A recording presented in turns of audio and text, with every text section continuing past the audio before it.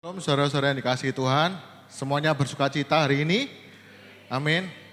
Saya mengucapkan terima kasih kepada Bapak Ibu Gembala, hari ini sudah dikasih kesempatan untuk melayani di tempat ini. Hari ini Bapak Gembala melayani di GPPS Buduran kalau nggak salah di daerah Pasar Atom. Kita berdoa supaya beliau diberi kekuatan, hikmat juga untuk memberkati gereja di sana. Dan hari ini juga Bapak Gembala kita Tuhan tambahkan usia 1 tahun tepat hari ini. Dan hari ini kita belum berdoa, saya mau mengajak sebentar kita berdoa untuk beliau. Mari kita sama-sama tundukkan kepala Bapak Ibu. Bapak di surga, kami bersyukur untuk hari yang baru di dalam kehidupan kami.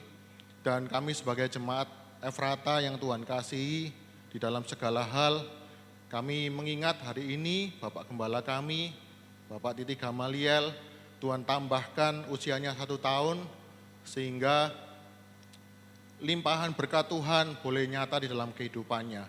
Kami percaya apa yang sudah dikerjakan di dalam gerejamu ini, melayani kami jemaatmu di dalam pemberitaan firman, di dalam melayani kami dalam segala sesuatu, semuanya tidak sia-sia tapi demi kemuliaan nama Tuhan.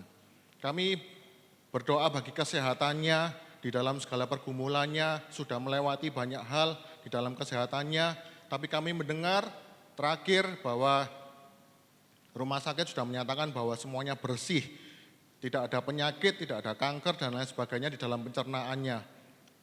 Kami bersyukur ini adalah anugerah Tuhan yang luar biasa, sehingga kelak lebih maksimal lagi untuk kemuliaan nama Tuhan bagi gereja di tempat ini maupun bagi gereja di tempat lain. Kami tiba saatnya kami akan merenungkan sebagian dari firman-Mu. Kami percaya firman Tuhan akan mendatangkan kekuatan bagi kami, mengubahkan setiap kehidupan kami, sehingga hidup kami boleh memiliki cara pandang yang baru tentang kehidupan ini. Supaya hidup kami bukan untuk hidup kami sendiri, bukan untuk dunia ini, tapi sungguh-sungguh kami bisa hidup untuk kemuliaan nama Tuhan. Berkati hamba-Mu, pakai hamba-Mu yang penuh kelemahan, penuh kekurangan, penuh dosa, banyak kelemahan untuk bisa menyampaikan kebenaran firman-Mu. Juga berkati setiap kami jemaat-Mu yang mendengarkan, supaya kami boleh sungguh-sungguh hati kami dibuka, supaya kami mengerti kebenaran firman-Mu. Di dalam nama Tuhan Yesus Kristus, semua yang siap diberkati oleh firman Tuhan, sama-sama dengan saya katakan, amin. Saudara, saya hari ini mau memberitakan satu bagian firman Tuhan, yang saya yakin kita semua sudah ngerti ceritanya. Firman Tuhan ini saya mau beritakan di dalam kitab Rut, saudara. Ada yang pernah dengar atau belum pernah dengar namanya Rut? Rut ini bangsa yang tidak mengenal Tuhan, dari bangsa Moab, tapi namanya itu sampai ditulis sebagai nama kitab di dalam perjanjian lama. Nah, saya yakin saudara, kalau saudara pernah ikut seminar keluarga, saudara pernah ikut misalkan seminar wanita, seminar misalkan ibadah kaum wanita yang saudara mungkin pernah rutin ikut khotbah kaum wanita misalkan, saya yakin khotbah Rut ini pasti sering didengar saudara. Mari kita buka sama-sama ceritanya dulu di dalam kitab Rut. Di dalam kitab Rut, pasal yang pertama, kitab Rut pasal yang pertama,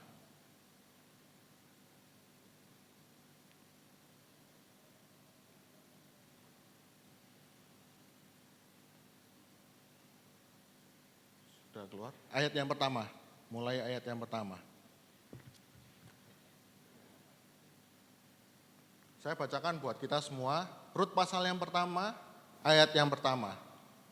Judul perikopnya adalah Rut dan Naomi kalau di dalam Alkitab yang kita bawa.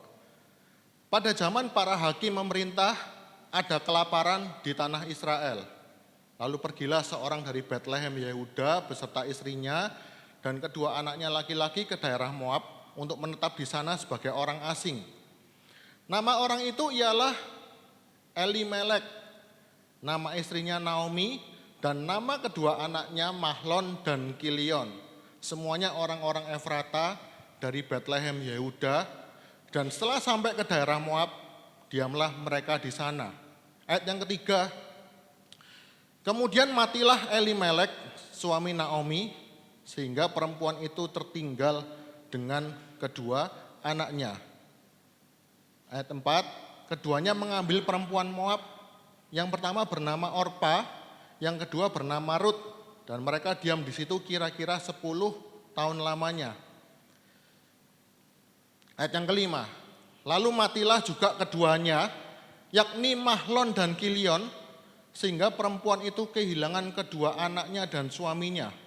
Kemudian berkemaslah ia dengan kedua menantunya, dan ia pulang dari daerah Moab, sebab di daerah Moab ia mendengar bahwa Tuhan telah memperhatikan umatnya dan memberikan makanan kepada mereka. Amin. Jadi saya mau ceritakan sedikit saudara bahwa keluarganya Rut ada Naomi sama Elimelek. Naomi sama Elimelek ini orang Israel. Orang Israel di negara Israel ini sedang ada bencana kelaparan luar biasa. Sampai Naomi dan keluarganya ini harus mengungsi ke daerah yang namanya Moab. Moab ini negara yang tidak mengenal Tuhan. Jadi ini sangat menarik, orang Israel yang ada Yahweh, Allah yang maha kuasa ini, waktu kelaparan justru cari pertolongan ke negara orang-orang yang tidak mengenal Tuhan. Jadi Naomi sama Elimelek dari Israel, dia pergi ke daerah Moab karena kelaparan. Sama anaknya dua namanya Mahlon dan Kilion. Nah, suatu saat mereka sudah di sana 10 tahun, dua anaknya ini ngambil istri perempuan Moab. Ngambil istri perempuan Moab namanya Rut dan Orpa. Nah, kalau saudara, saya tadi bilang kisah Rut ini sangat banyak diceritakan di gereja-gereja. Tapi saya mau jamin saudara, kalau kita melihat segala sesuatu, cerita-cerita seperti ini, tanpa cara pandang yang benar, tanpa cara pandang yang sesuai dengan kebenaran firman Tuhan, maka cerita ini enggak lebih dari cerita-cerita moral, saudara. Moral itu salah? Enggak salah sama sekali. Tapi kalau firman Tuhan kita baca bukan dari lensa yang benar, maka kitab kisah-kisah ini akan jatuhnya jadi lensa moral. Artinya apa? Saudara nggak lebih dari nonton film misalkan, misalkan. Saya suka tuh nonton tuh biasanya film-film azab itu loh saudara. Ada yang pernah nonton azab? Film azab misalkan Hidayah gitu loh. Oh, derita seorang menantu dimuliakan. Jadi ceritanya ini kena masalah, tapi tetap teguh di dalam Tuhan, tetap berharap sama Tuhannya, tiba saatnya Tuhan akan angkat. Kalau saudara baca, memang kisahnya urutannya kayak gitu. Rut ini memang kisahnya kayak gitu. Jadi biasanya kalau khotbah-khotbah yang menyampaikan ini bukan dari lensa yang benar, akan ngomong gimana? Jadilah seperti Rut. Jadilah seperti Rut yang apa? Di dalam segala kesusahan, kesulitan, setia sama mertuanya, maka tiba saatnya nanti Tuhan akan angkat keadaannya. Loh, memang di dalam kitab Rut seperti itu, saudara. Di dalam kitab Rut seperti itu. Satu saat nanti kalau saudara baca, kita enggak baca semuanya karena pasti kelamaan. Suatu saat Naomi ini saking beratnya masalah, sudah suaminya mati, anaknya juga mati dua-duanya. Sampai dia ngomong apa? Wes, jangan panggil aku Naomi. Saudara kalau baca di dalam ayat yang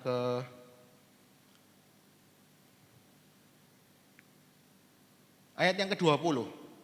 Naomi berkata kepada mereka, kepada tetangga-tetangganya, jangan sebutkan aku Naomi, sebutkanlah aku Mara. Sebab apa? Yang Maha Kuasa telah melakukan yang banyak, melakukan yang pahit kepadaku. Bisa bayangkan saudara, saya bisa maklum sih kondisinya Naomi. Sekeluarga, kelaparan dahsyat, pindah ke Moab, suaminya mati. Terus nggak lama kemudian 2 anaknya ini mati. Sampai dia ngomong, jangan panggil aku Naomi, panggil aku Mara.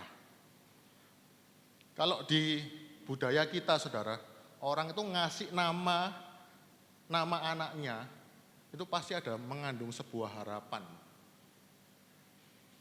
Dikasih nama bagus-bagus, mengandung sebuah harapan.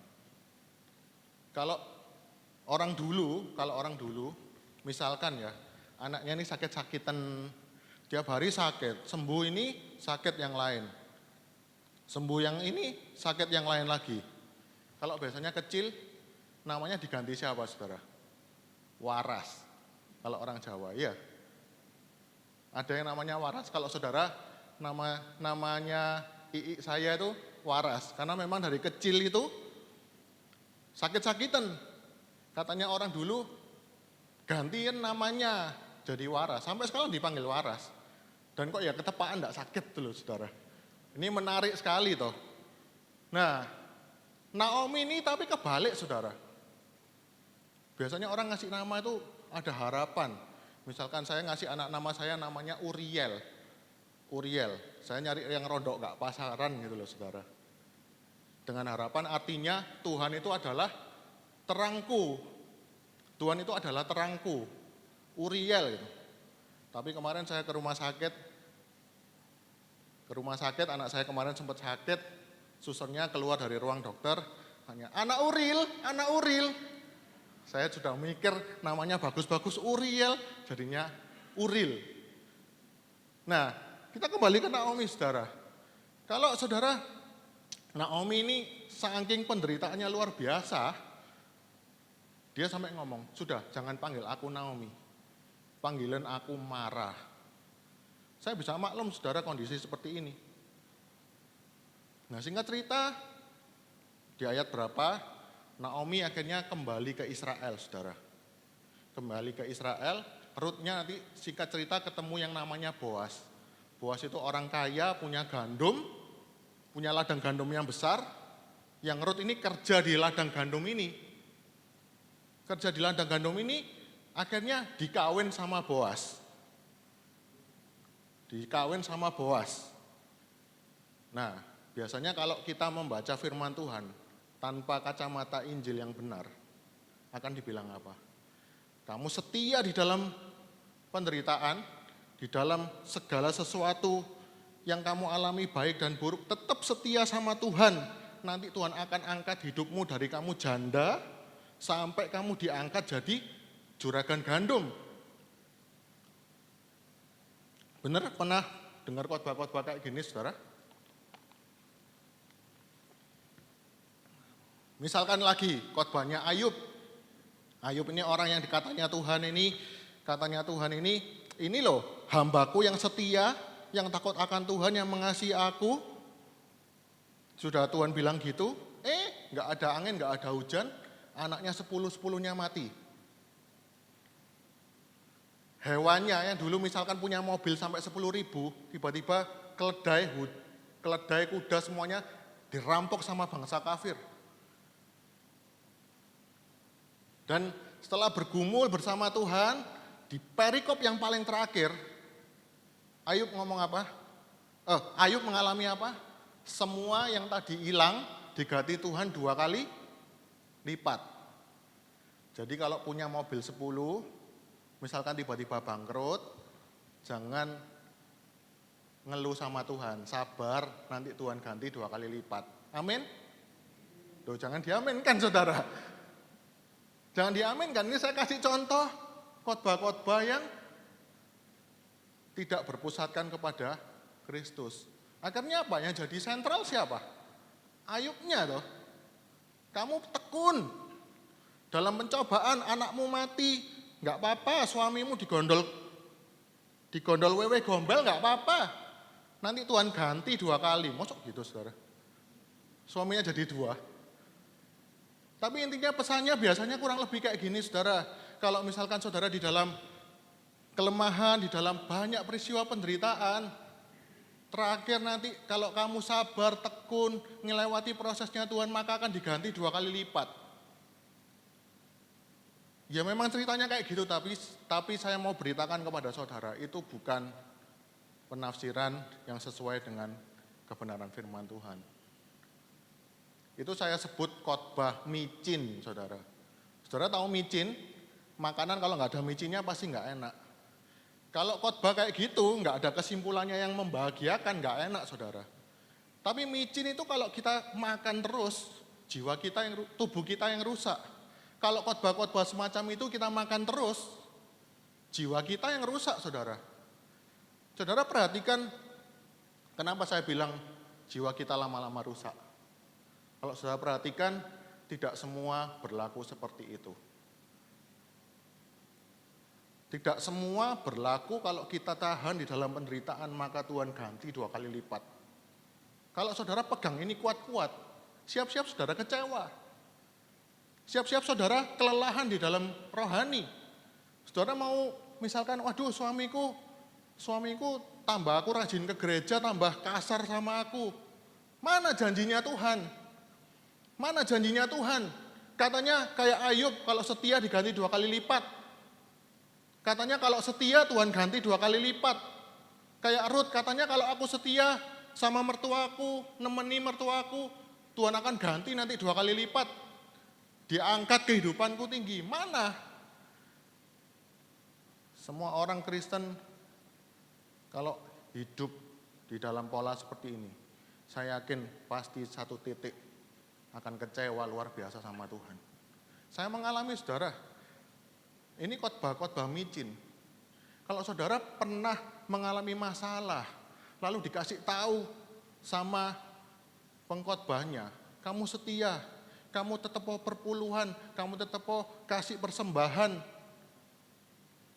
tapi tambah bangkrut, tambah nggak karu-karuan, siap-siap saudara kecewa.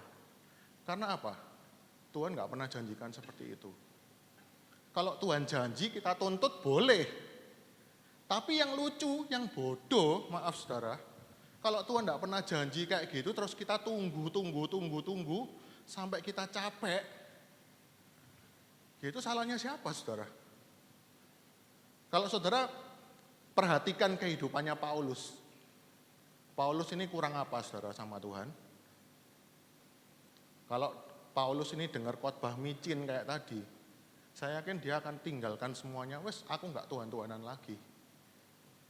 Jarene kalau aku setia sama Tuhan, setia di dalam penderitaan karena nama Tuhan, ternyata katanya kalau aku setia, Tuhan akan angkat tinggi-tinggi. Mana Tuhan? Aku sudah kasih semuanya buat Tuhan, aku sudah melayani Tuhan luar biasa. Aku naik kapal, kapalnya pecah, gak ditolong Tuhan. Aku di penjara, dicambui, gak ada mujizat kok. Kan kalau kita semua berpikir pasti, namanya orang yang setia, Tuhan pasti tolong kan. Itu semua khotbah micin, saudara. Yang diharapkan apa? Kalau saya semakin setia, saya ditangkap orang nggak kenal Tuhan, saya mau dibunuh. Harusnya apa? Tuhan turun tangan, algojonya disikat semuanya, dan saya tampil jadi pemenang. Bukannya itu sesuatu yang wow, luar biasa. Harusnya kan kayak gitu. Ternyata enggak sama sekali. Jadi kalau saudara memang mau suka khotbah-khotbah yang senang, ya jadinya kayak gitu, saudara. Lihat Paulus, oh kalau Rut diamenkan, kalau ceritanya Paulus ditengking dalam nama Yesus. Oh Rut setia, diganti Tuhan 2 kali lipat. Kalau Paulus mengalami ini malah dipenggal kepalanya, oh dalam nama Yesus hidupku enggak kayak gitu. Itu khotbah-khotbah micin, saudara. Dan itu membuat lama-lama jiwa kita rusak. Orang-orang yang kelelahan rohani di dalam gereja, yang mulai suam-suam wis, mbolah, pokoknya aku minggu ini nang gereja ya nang gereja wis, mbos, pokoknya yang penting aku setor muka, wong ternyata Tuhan gak tolong aku kok. Ini khotbah-khotbah bukan Injil, saudara. Karena apa? Tidak semua berlaku demikian. Justru firman Tuhan ini disampaikan kepada kita bukan untuk melihat kehebatannya Rut, bukan untuk melihat kehebatannya Ayub, bukan untuk melihat kehebatannya Paulus, bukan untuk melihat kehebatannya Daud, saudara, yang dengan katanya dengan senjata yang kecil mampu melawan Goliat yang badannya gede, tingginya 6 kalinya saya katanya. Dengan batu sekecil itu dalam nama Yesus, Goliatnya kalah. Itu katanya Goliat adalah gambaran masalah kita. Kalau kita datang dengan nama Tuhan, dengan senjata yang apa adanya kita kasih sama Tuhan, masalah kita akan dirontokkan sama Tuhan. Ini khotbah-khotbah micin, saudara. Kalau saudara punya anak, kalau saudara punya cucu misalkan, jangan pernah diajari khotbah micin. Ayo kamu jangan nakal, nanti nakal, Tuhan hidupmu nanti nggak diberkati loh. Sungguhan, jadi setan itu mulai masuknya mulai dari kehidupan keluarga. Ayo, kamu ojo macam-macam ya, nggak sekolah minggu hari ini ya. Ojo macam-macam ya, turuo terus ya. Nanti kelihatan ya hidupmu nggak karu-karuan loh kalau kayak gini. Siapa yang kecil sering diancam kayak gitu, saudara? Saya berharap kita hari ini mulai kembali melihat. Terakhir saya pernah khotbah kepada saudara bahwa semua yang kita lihat di dunia ini, bahkan termasuk firman Tuhan yang kita baca, yang ditulis langsung oleh Tuhan, yang langsung ditulis oleh Tuhan loh saudara, diilhami oleh Roh Kudus. Kalau kita mau baca Alkitab ini pakai kacamata yang keliru, saudara, semuanya akan jadi rusak. Saudara misalkan punya keterikatan dosa apapun, saudara. Mau keterikatan misalkan dosa berzina. Mau saudara cari pembenaran di Alkitab, pasti ketemu, saya jamin. Artinya apa? Kalau saudara punya lensa ini lensanya uang, lensanya pencapaian diri sendiri, di mana kita ini menantikan semua, pokoknya aku harus dapat uang, dan uang, menjadi orang yang nomor 1 di dalam bisnis. Saudara baca Alkitab ini, pasti yang saudara lihat adalah cara-cara untuk menjadi kaya. Kalau saudara pakai kacamata misalkan, bagaimana cara berkuasa, cara bahagia, cara sejahtera di dunia ini, cara hidup makmur. Saudara pakai kacamata itu untuk melihat Alkitab, pasti isinya bukan firman Tuhan. Jadinya akan jadi sebuah langkah-langkah sukses. Contohnya waktu baca kitab Rut tadi, saudara. Makanya hati-hati waktu kita memberikan nasihat kepada anak-anak kita, cucu-cucu kita, kepada teman. Misalkan teman kita bangkrut, jangan sampai dibilang gini, ya karena kamu enggak ke gereja sih. Nah kalau dia sudah ke gereja ternyata Tuhan enggak pengen memulihkan dia karena memproses sesuatu, siapa yang bohong sekarang? Hati-hati saudara, karena dari kecil ini sumbernya dari kecil ini, micin ini sumbernya kekacauan di dalam rohani kita. Suatu saat anak kita besar misalkan sudah rajin sekolah minggu, nggak ngalami berkat-berkat seperti yang kita omongkan tadi, saudara. Jadinya apa? Wis nggak gerejo-gerejoan, papa mama omong tok. Katanya Tuhan tuh mau tolong kalau aku bisnis, kalau aku kerja katanya Tuhan tolong kasih jabatan yang tinggi. Katanya kalau aku taat sama Tuhan, suka doa, aku cepat dapat jodoh katanya. Dapat jodoh pun yang baik. Tapi sekarang malah keluargaku kayak gini. Papa mamaku ngomong apa dulu? Terus tak tinggal aja. Hati-hati saudara. Jangan sampai kita memberikan micin. Pengharapan-pengharapan palsu, enak. Kalau nanti kita lakukan ini, maka Tuhan akan lakukan itu. Jadi formatnya itu jelas saudara. Kalau kita berpikir kita harus lakukan sesuatu, baru Tuhan nanti memberikan sesuatu. Itu sudah micin, bukan kebenaran firman Tuhan. Kalau saya memberikan perpuluhan, maka Tuhan berkati. Itu sudah pasti bukan Tuhan, saudara. Kalau saudara perhatikan ayat-ayatnya, mungkin ada kesannya seperti itu, saudara. Tapi saya mau tunjukkan hari ini lewat kisah Rut. Supaya kita tahu bahwa kitab Rut, semua kitab-kitab di dalam perjanjian lama, itu berbicara tentang kesetiaan Tuhan bagi kita orang yang berdosa. Ini lensa Injil, saudara. Kalau yang tadi itu lensa-lensa agamawi, saudara. Jadi kalau kita berpikir kekristenan itu agamawi, ya jadinya seperti nasihat-nasihat tadi. Ayo Bapak Ibu, saya hari ini akan memberitakan 7 langkah memperoleh berkat Tuhan. 7 langkah berkenan di hadapan Tuhan. 10 langkah memperoleh terobosan keuangan. 10 langkah memperoleh janji-janji Tuhan. 1000 langkah apa macam-macam, saudara. Dan 2 tahun corona ini, saudara, kalau saudara perhatikan, ternyata baik orang yang sungguh-sungguh sama Tuhan, baik orang yang mencintai Tuhan luar biasa, baik orang-orang yang berkorban banyak buat Tuhan, orang-orang yang rajin beribadah, semuanya kena. Saudara mau ngomong apa? Ini fakta, saudara. Fakta. Yang khotbah tadi, misalkan khotbah micin tadi ngeles, oh iya, itu lagi gak deket sama Tuhan soalnya kena corona. Makanya kena corona, karena gak deket sama Tuhan. Oh iya, dia lagi berbuat dosa, makanya coronanya bisa masuk.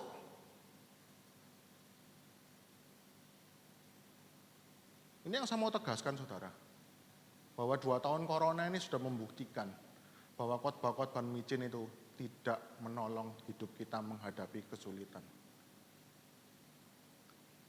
Sudah mau saudara mau membela apapun, 2 tahun pandemi sudah cukup membuktikan bahwa tidak selamanya orang benar selalu mengalami kemujuran. Saya buka Mazmur 73. Mazmur 73.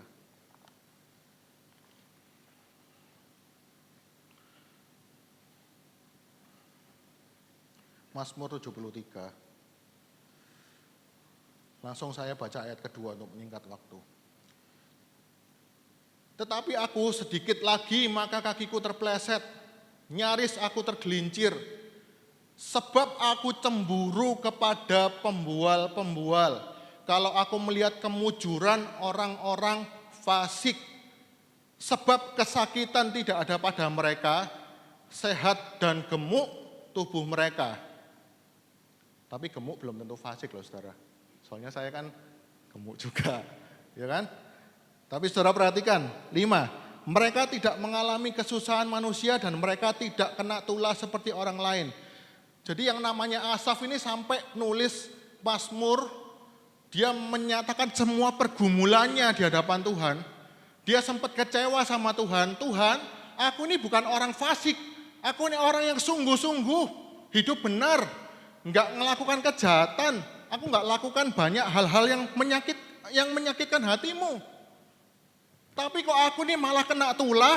Lah orang-orang yang kurang ajar sama Tuhan justru mendapatkan kemujuran. Kemujuran kalau saudara cek bahasanya namanya apa? Shalom dalam bahasa Ibrani. Dia Mazmur Asaf ini sampai geleng-geleng. Tuhan, aku ini kurang apa sama Tuhan? Aku ini kurang apa sama Tuhan? Kurang apa sama Tuhan? Justru orang-orang yang kurang ajar sama Tuhan, bajingan-bajingan itu semua orang misalkan maaf pelacur dan lain sebagainya malah menghadapi kemujuran. Tapi aku yang tiap hari di rumah Tuhan malah menghadapi segala sesuatu yang buruk, yang gak seperti yang aku harapkan. Kenapa Tuhan? Dia sampai nulis ini dengan penuh kecewa, saudara. Dan pada akhirnya dia bilang, setelah Tuhan menyatakan banyak hal, saya hari ini kebetulan gak membuka ini. Dia ngomong, Tuhan, aku malu. Aku tarik semua protesku sama Tuhan. Karena apa? Ternyata selama ini aku berbuat hidup suci, hidup melayani Tuhan, kasih perpuluhan persembahan, supaya hidupku enak. Jadi sebenarnya saudara kalau hidup kudus, lalu mengalami hal yang buruk, lalu saudara kecewa, saudara ingat bahwa ternyata saudara hidup kudus sebenarnya untuk kepentingan diri sendiri. Tuhan, aku sudah kayak gini, kok saingan di kerjaanku lebih banyak. Justru orang-orang yang pakai misalkan pakai dukun, pakai pesugihan, kok malah seakan-akan perjalanannya mereka mulus. Aku yang sungguh-sungguh hidup benar, kerja genah, kerja nggak pakai korupsi dan lain sebagainya, ternyata malah omsetku biasa-biasa. Kalau saudara sampai pernah tanya seperti itu, berarti saudara selama ini hidup benar, supaya apa? Saudara diberkati. Tidak salah saudara, berkat itu tidak ada yang salah. Kalau saudara ingat khotbah Bapak Gembala kapan lalu, itu anugerah umum, memang diberikan untuk semua orang. Saudara yang rajin ya pasti dapat berkat yang luar biasa. Saudara buka toko jam 10 sama dibanding orang yang buka toko jam 5, dengan kerja yang benar ya pasti lebih diberkati orang yang bangunnya lebih pagi. Rezekinya dicucuk ayam katanya itu. Tapi sekali lagi saudara, kalau saudara ternyata hidup benar, lalu semua tidak terjadi sesuai dengan harapan saudara, kalau saudara kecewa, saudara diingatkan bahwa ternyata selama ini yang jadi Tuhan itu bukan Tuhan, tapi kepentingan diri kita sendiri. Jadi tinggalkan khotbah-khotbah, janji-janji, kalau Ruth ini setia, maka Tuhan angkat. Oke? Sekarang yang benar gimana saudara? Saya ajak kita sama-sama kembali ke dalam kitab Rut.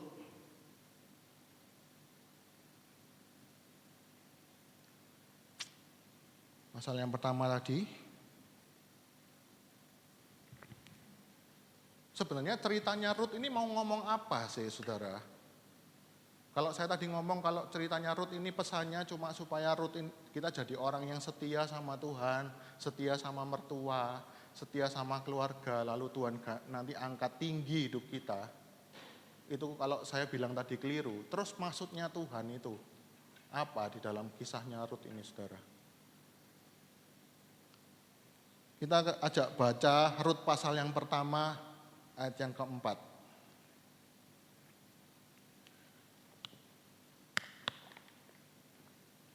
Keduanya, maksudnya anaknya Naomi yang namanya Mahlon dan Kilion, mengambil perempuan Moab. Yang pertama bernama Orpa, yang kedua bernama Rut. Dan mereka diam di situ kira-kira 10 tahun lamanya. Nah, kalau tadi khotbah micin isinya berkat-berkat, tapi ada khotbah micin yang lain lagi isinya moral, saudara. Moral tidak salah. Tapi kalau kita berpikir bahwa Alkitab ini isinya moral, itu keliru besar. Khotbah micin yang jenis kedua, saya mau beritahu. Contohnya apa? Jadilah orang seperti Rut yang berintegritas, yang hidupnya suci, yang setia sama mertuanya, yang tidak menuntut dalam segala keadaan. Pada akhirnya nanti Tuhan tarik Rut masuk di dalam kegenapan rencana Allah. Maksudnya Rut ini adalah jadi salah satu orang nenek moyang Tuhan Yesus, saudara. Kalau saudara nggak percaya, coba dicek di dalam Matius yang pertama, nggak usah dibuka. Rut adalah salah satu orang yang menjadi nenek moyang Yesus.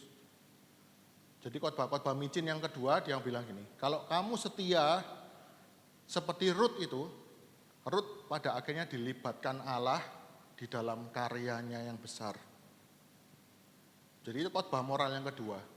Jadi kalau saya hidup benar, hidup suci, maka Tuhan baru bisa pakai saya. Baru Tuhan bisa pilih saya. Itu khotbah micin yang jenis kedua. Enggak matre saudara, enggak matre, enggak janjikan uang dan lain sebagainya. Tapi menjanjikan kalau kita hidup suci, maka Tuhan limpahkan berkat, berkenan, lalu memakai saudara di dalam pelayanan. Ini micin yang jenis kedua. Kalau saudara hidup kudus, Tuhan baru bisa pakai. Itu khotbah micin yang kedua. Kalau yang kayak gitu, berarti kalau Tuhan melihat manusia yang baik lalu Tuhan pilih, berarti sebenarnya yang baik itu siapa, saudara? Kalau saya mengasihi orang lain karena orang lain ini baik sama saya, jadi kasih saya ini sebenarnya nggak ada artinya, saudara. Kalau Tuhan pilih Rut karena Rut itu berhasil mengasihi Tuhan, lalu dilibatkan untuk jadi keturunan Yesus, nenek moyangnya Yesus. Maka sebenarnya yang baik itu bukan Tuhan, saudara. Yang baik adalah siapa? Rut. Daud, katanya Daud ini orang yang rendah hati. Daud ini orang yang sederhana, yang hidup kudus. Ditarik Tuhan jadi nenek moyangnya Yesus. Jadi sebenarnya yang baik itu bukan Tuhan, saudara.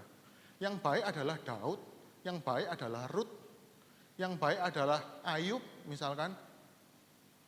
Jadi kalau saudara membaca kisah-kisah di perjanjian lama, lalu sampai kesimpulan bahwa saya harus meneladani Daud, saya harus meneladani Rut, saya harus meneladani Paulus, supaya bisa dipakai Tuhan. Itu namanya khotbah micin jenis kedua tadi. Saya mau tunjukkan saudara, Rut pasal 1 ayat yang keempat, keduanya mengambil perempuan Moab. Rut ini adalah bangsa Moab, saudara. Bangsa Moab ini siapa? Orang-orang yang tidak mengenal Tuhan, saudara.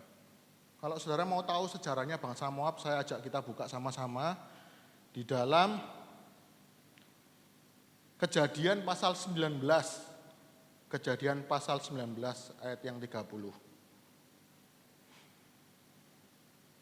Saya waktu merenungkan ini kemarin malam nggak bisa tidur, saudara. Karena ini satu hal yang luar biasa yang Tuhan mau nyatakan buat kita semua. Pergilah Lot. Jadi Lot ini adalah menantunya, keponakannya Abraham. Jadi Abraham waktu itu sama Lot pergi bersama-sama. Mereka semakin kaya, ternaknya semakin banyak. Lalu kemudian gembala-gembalanya itu bertengkar, saudara. Akhirnya mereka harus memutuskan berpisah supaya nggak tengkar terus. Abraham itu memilih Kanaan, Lot memilih Sodom dan Gomora. Suatu saat Sodom Gomora dihancurkan sama Tuhan, duar. Tapi Tuhan sempat menyelamatkan Lot sama kedua anaknya. Saya mau ajak langsung untuk menyingkat waktu, saudara. Kejadian 19. Ayat yang ke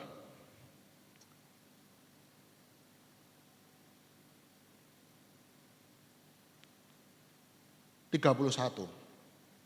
Ini satu hal yang sungguh-sungguh saya sebelumnya tidak kepikir sama sekali.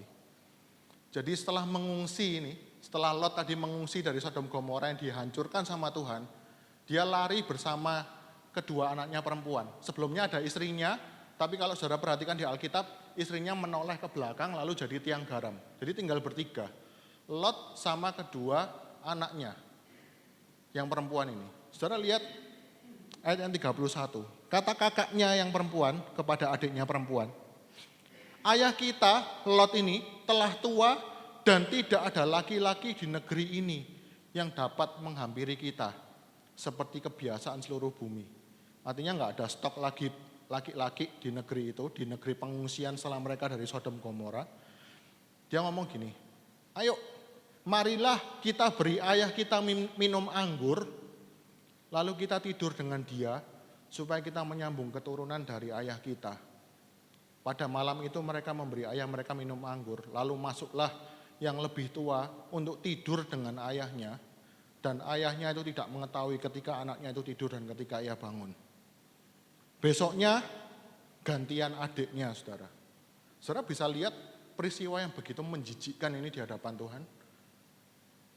Dan loncat ke ayat 36. Lalu mengandunglah dua anak Lot itu dari ayah mereka.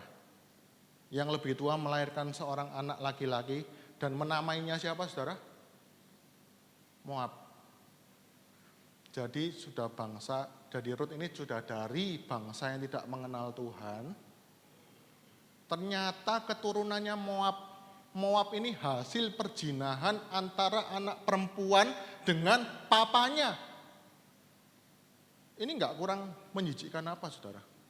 Jadi kalau kita mau berpikir, oh karena Rut itu setia, makanya dipakai Tuhan. Saudara lihat, berarti logikanya, saudara ya, kalau Rut ini jadi nenek moyangnya Yesus, berarti ini Lot ini ikut juga enggak? Nah, ini menariknya, saudara. Rut katanya orang yang setia sehingga dipilih Tuhan jadi nenek moyangnya Yesus. Lah gimana ceritanya ini? Ada yang bilang sama saya kan sering sharing-sharing, misalkan kadang ada yang bilang sama saya, oh dulu kan belum ada hukum larangan, zaman itu memang belum ada Musa, oh zaman dulu nggak ada larangan, nggak masalah, belum dianggap dosa apa-apa sama anaknya melakukan hubungan seks. Tak jawab, gendeng dah. Dari kejadian itu loh, dari kejadian saudara, Tuhan tuh mendesain pernikahan tuh ya suami sama istri, nggak ada suami be anaknya wedok tuh nggak ada ceritanya saudara. Jangan alasan, nggak ada Taurat. Dari awal ini sudah kekejian di hadapan Tuhan, papa sama anaknya. Nah, khotbah micin tadi ngomong apa saudara? Kalau saudara hidup suci, maka Tuhan libatkan saudara di dalam pelayanan, dipakai Tuhan luar biasa. Ini suci di mana saudara? Hasil perjinahan papa sama anaknya. Juga menurunkan Rut. Dari Rut nanti ketemu Boas. Boas punya anak namanya Obed, Obed punya anak namanya Isai, Isai Daud. Kalau dilanjutkan terus, nanti jadi keturunannya Yesus. Suci di mananya saudara? Coba dipikir pakai nalar kita yang sehat. Suci di mananya? Yang kedua, peristiwa ini, waktu mereka ini kelaparan, ngungsi dari Israel ke negeri Moab. Mereka, anak-anaknya Naomi, Mahlon dan Kilion, ini justru kawin dengan bangsa-bangsa yang tidak mengenal Allah. Padahal harusnya ya pulang dulu ke Israel, cari orang Israel dulu, kawin baru wes kamu ngungsi yo. Kan gitu toh, cenglinya kan kayak gitu. Tapi ini enggak, menikah dengan bangsa yang tidak mengenal Allah. Kalau saudara baca di dalam kitab Ulangan, itu adalah satu kekejian kalau Israel mengambil perempuan dari orang-orang yang tidak bersunat, tidak mengenal Allah. Alkitab sudah menunjukkan bahwa ternyata Rut ini siapa? Dari bangsa yang tidak mengenal Allah, hasil perjinahan seorang papa dengan anaknya perempuan. Yang kedua, Rut ini ternyata anaknya Naomi maksudnya, menikah dengan bangsa yang tidak mengenal Allah. Dua hal kekejian ini terjadi di dalam keluarganya Naomi.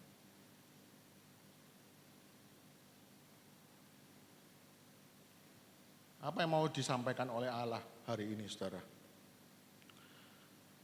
Yang pertama, saudara di dalam segala penderitaan, ternyata Tuhan bisa ubah segala sesuatu yang kita alami penderitaan untuk maksud dan tujuan yang luar biasa. Kalau tidak ada kelaparan, Rut tidak ketemu anaknya Mahlon dan Kilion. Kalau tidak ada penderitaan, kalau tidak ada bencana, Rut tidak bisa ketemu Mahlon dan Kilion.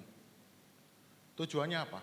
Tuhan mau menggambarkan, menunjukkan kepada kita bahwa Tuhan itu bisa memakai segala sesuatu penderitaan untuk mendatangkan kemuliaan bagi namanya.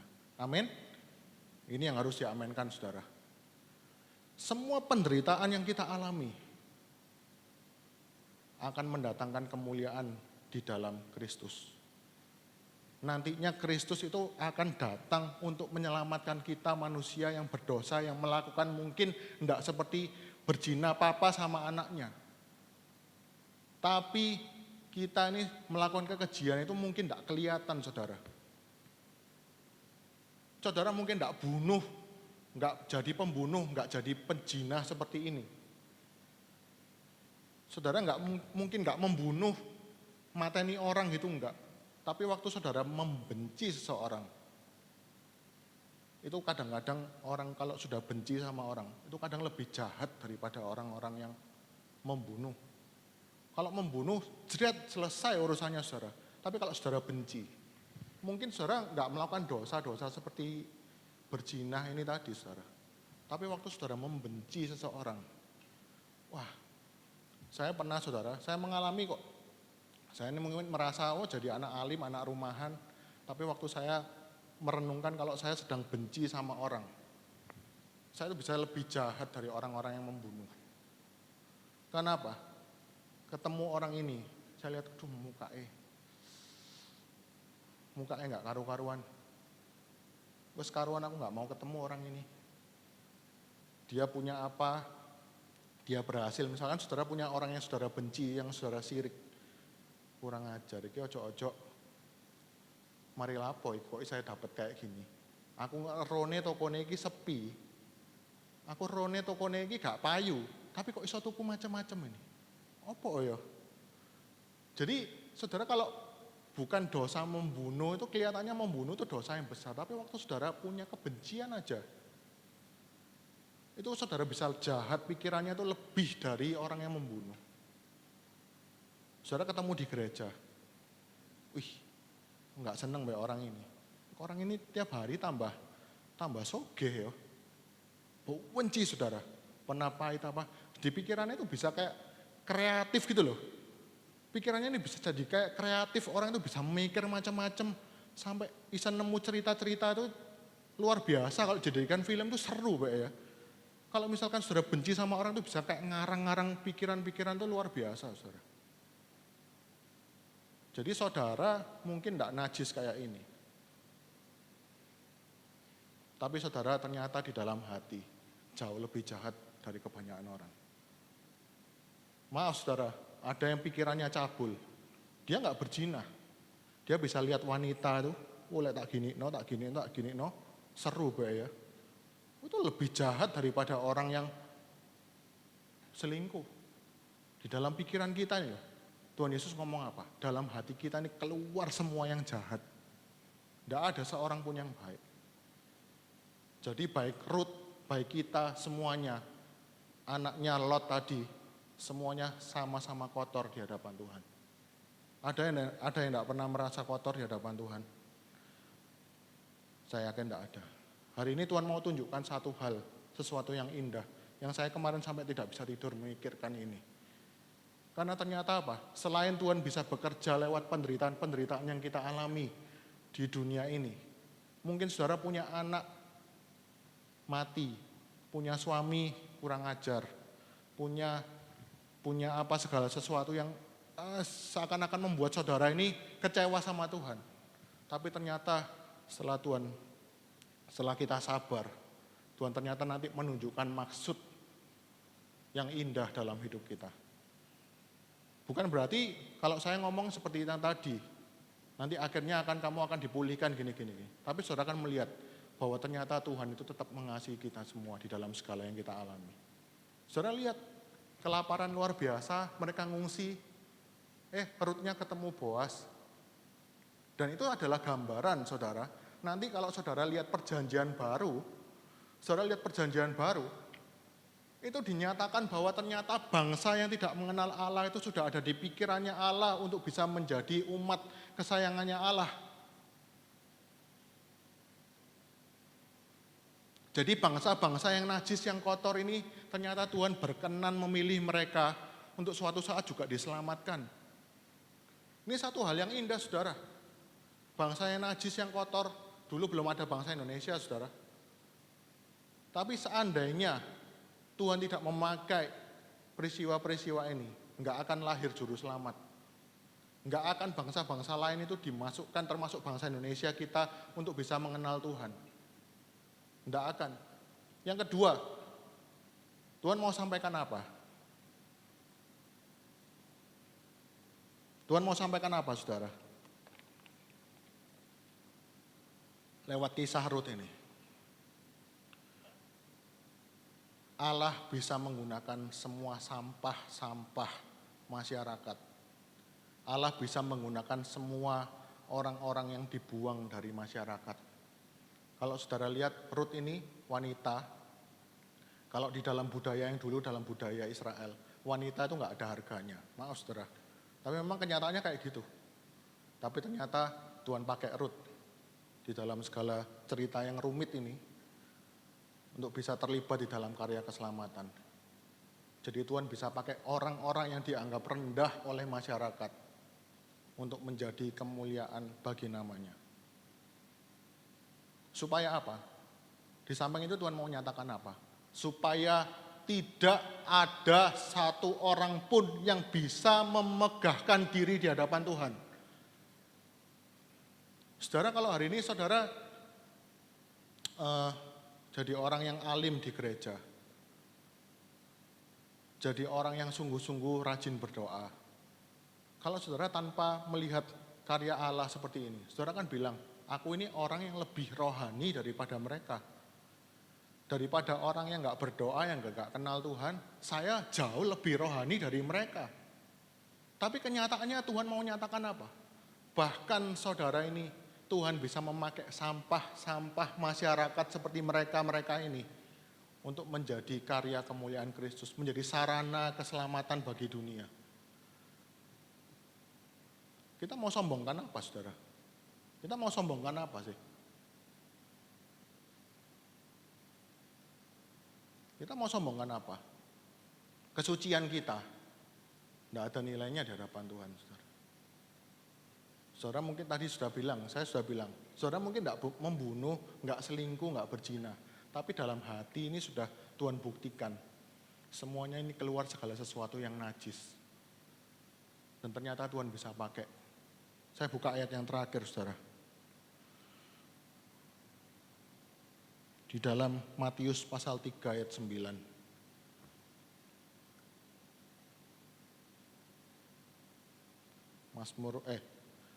Matius pasal 3 ayat 9. Ngomong, dan janganlah mengira bahwa kamu dapat berkata dalam hatimu, Abraham adalah bapa kami. Karena aku berkata kepadamu, Yohanes Pembaptis, dia ngomong sama orang-orang Farisi yang merasa dia keturunannya Israel, keturunannya Abraham. Yohanes Pembaptis ngomong apa? Allah dapat menjadikan anak-anak bagi Abraham dari batu-batu ini. Batu-batu ini gambaran sesuatu yang nggak ada nilainya, saudara. Tapi ternyata Tuhan mau ngomong, kamu jangan pernah menyombongkan diri. Kamu jangan pernah merasa hebat. Kamu jangan pernah merasa kudus di hadapan Allah.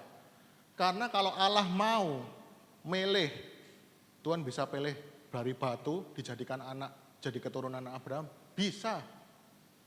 Apa yang nggak bisa, saudara? Contoh lain, saudara berpikir, oh Nuh, ingat kisahnya Nuh, air bah seluruh dunia, Tuhan ngomong, aku menyesal bikin manusia, harusnya manusia ini semua tak binasakan. Tapi orang-orang sering bilang apa? Karena Nuh berkenan di hadapan Tuhan, makanya diselamatkan dari banjir. Keliru, saudara. Justru karena Allah setia kepada manusia, dia pernah ngomong sama Hawa, mundur lagi ke belakang. Dia pernah ngomong sama Hawa, melalui keturunanmu nanti akan datang keselamatan bagi manusia. Nah, logikanya saudara, kalau air bah itu saudara, Tuhan tidak menyelamatkan Nuh, dimatikan semua, bisa nggak lahir juru selamat? Nggak bisa. Jadi bukan Nuh yang hebat, saudara, karena kalau saudara berpikir Nuh ini yang hidup suci, setelah air bah, Nuh itu mabuk-mabuan sampai muda, saudara. Itu gila nih. Ditunjukkan bahwa ternyata Tuhan memilih Nuh itu bukan karena Nuh yang setia. Nuh memang sama-sama bosok, sama-sama busuk kayak kita semua, saudara. Setelah air bah selesai, minum anggur, mabuk-mabuan sampai kehilangan kesadaran, juga itu menunjukkan bahwa Nuh itu sama saja. Poinnya adalah bukan di kesetiaan manusia, tapi kesetiaan Allah di dalam kehidupan kita. Saudara mau rusak, mau apa, Tuhan itu enggak dipengaruhi oleh kesucian kita. Bukan berarti saya mengajarkan bahwa kesucian tidak perlu, keliru. Justru karena kita telah melihat karya Allah yang begitu besar, melihat karya Allah yang bisa memakai kita yang najis ini, bisa memakai sampah-sampah melalui segala penderitaan, segala hal-hal yang tidak enak di dalam daging kita yang najis, yang kotor. Kalau saudara dengar kesaksiannya Bapak Gembala dulunya gimana bisa diangkat jadi hamba Tuhan, itu luar biasa, saudara. Kalau kita misalkan merasa diri kita najis, kita bisa hari ini duduk di tempat ini mengaku Yesus adalah Tuhan dan kita beroleh keselamatan.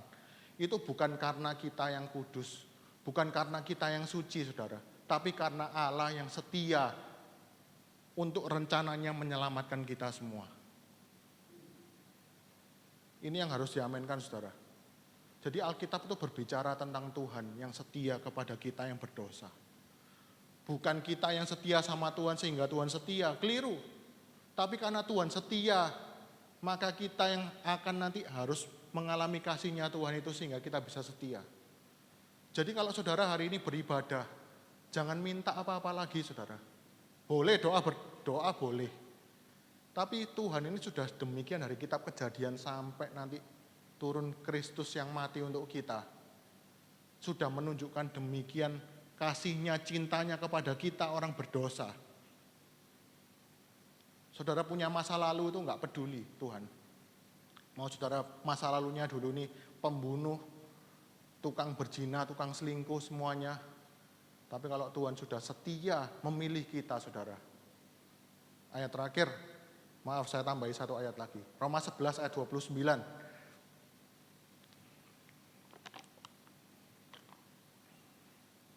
Roma 11 ayat. Mari kita baca sama-sama, saudara. Roma pasal 11 ayat 29, 1, 2, 3. Sebab Allah tidak menyesali kasih karunia dan panggilannya. Artinya kalau saudara memang sudah dipilih oleh Tuhan. Tuhan itu bukan memilih karena kita suci. Tapi karena dirinya sendiri yang setia kepada janjinya. Maka dia bisa pilih kita. Nah, ini alurnya jadi kebalik, saudara. Justru hari ini saya mau bilang kepada saudara. Saudara hari ini yang punya ikatan dengan dosa apapun. Saudara yang kecewa sama Tuhan, punya dosa segala macam. Saudara lihat Allah yang begitu setia, menjaga perjanjiannya, sehingga karya keselamatan bisa kita terima. Dulunya kita adalah hukuman.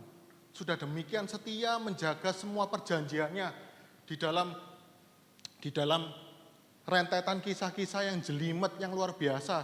Kalau saudara perhatikan, nanti Israel ini ditolong, kurang ajar lagi. Israel ditolong, kurang ajar lagi. Tapi Tuhan tetap menjaga karya keselamatannya ini, menjaga memelihara bangsa Israel. Sehingga keselamatan tetap datang kepada kita nantinya, kepada bangsa Indonesia sekarang ini. Saya mau beritahu, masakan kita tidak mau hidup bagi Allah. Masakan kita tidak mau masih tertarik dengan ikatan-ikatan dunia, kesenangan-kesenangan kita. Kalau saudara punya dosa, pergumulan di dalam dosa, masalah. Misalkan saudara punya ikatan dosa, lalu saya ancam-ancam saudara. Mungkin saudara bisa takut, saudara. Tapi waktu saudara berhenti dari dosa karena takut, itu sebenarnya bukan saudara bertobat. Tapi kalau saya sudah memberitakan hari ini kasih setia Tuhan yang mau memungut sampah-sampah seperti kita, maukah kita hidup bagi Allah? Jangan berikan hidup kita hari ini untuk hal yang sia-sia. Untuk sekedar cari duit, kita lakukan segala cara. Untuk kita mau tenar, lakukan segala cara. Tapi karena Allah sudah demikian setia menjaga hidup kita sampai hari ini. Apalagi kalau saudara di dunia ini mengalami berkat-berkat jasmani, kelimpahan-kelimpahan yang luar biasa. Itu semuanya karya Allah, bukan karena kita yang hebat. Tapi Allah yang sungguh-sungguh mengasihi dan setia kepada kita. Jadi kita setia, kita hidup suci, hidup melayani Tuhan dengan sungguh-sungguh, bukan untuk mendapatkan sesuatu lagi dari Tuhan, saudara. Keliru, karena Tuhan sudah nyatakan semuanya itu untuk hidup kita. Ini kebalik, sungguh-sungguh kebalik. Kalau kita berpikir Kristen itu jadi agama, jadinya seperti khotbah micin tadi, saudara. Tapi karena Kristen ini sungguh-sungguh, Alkitab ini isinya bagaimana Allah yang setia, Allah yang kudus itu mau datang kepada kita, sampah-sampah masyarakat ini, saudara. Justru itu kita diselamatkan. Ibarat kita dulunya main di got, diselamatkan oleh Allah, masuk di dalam rumah mewah. Nilai kita ini sudah berubah. Pola pikir kita harusnya berubah. Masa mau masih main di got lagi, saudara?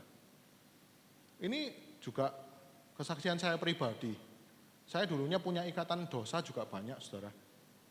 Tapi waktu saya melihat karya Kristus dalam hidup saya, dari perjanjian lama saya semakin belajar. Saya berpikir, hidup saya begitu bernilai untuk kembali kepada hal-hal yang sampah. Kalau saya masih misalkan nanam kebencian luar biasa, itu saya kayak nimbun sampah, saudara. Saudara kalau punya kebencian, ingat lagi kasih setianya Tuhan untuk kita yang sudah sampah. Sehingga kita bisa berubah pola pikir kita. Nah, ini saya mau sampaikan itu, saudara. Supaya kita semua sadar bahwa kekristenan ini bukan berbicara bagaimana kita yang setia sehingga Tuhan setia. Tapi karena Tuhan telah begitu setia dalam hidup kita, maka kita yang harus hidup bagi Allah. Jangan lakukan hal yang sia-sia lagi, saudara. Di dalam segala hal, ubah pola pikir kita. Karena Tuhan setia, maka saya harus hidup bagi Dia. Mulut kita tadi, lagu terakhir. Mulut kita yang dulunya kita rusak, jangan dipakai untuk hal-hal yang sia-sia lagi. Karena Allah sudah demikian setia kepada hidup kita.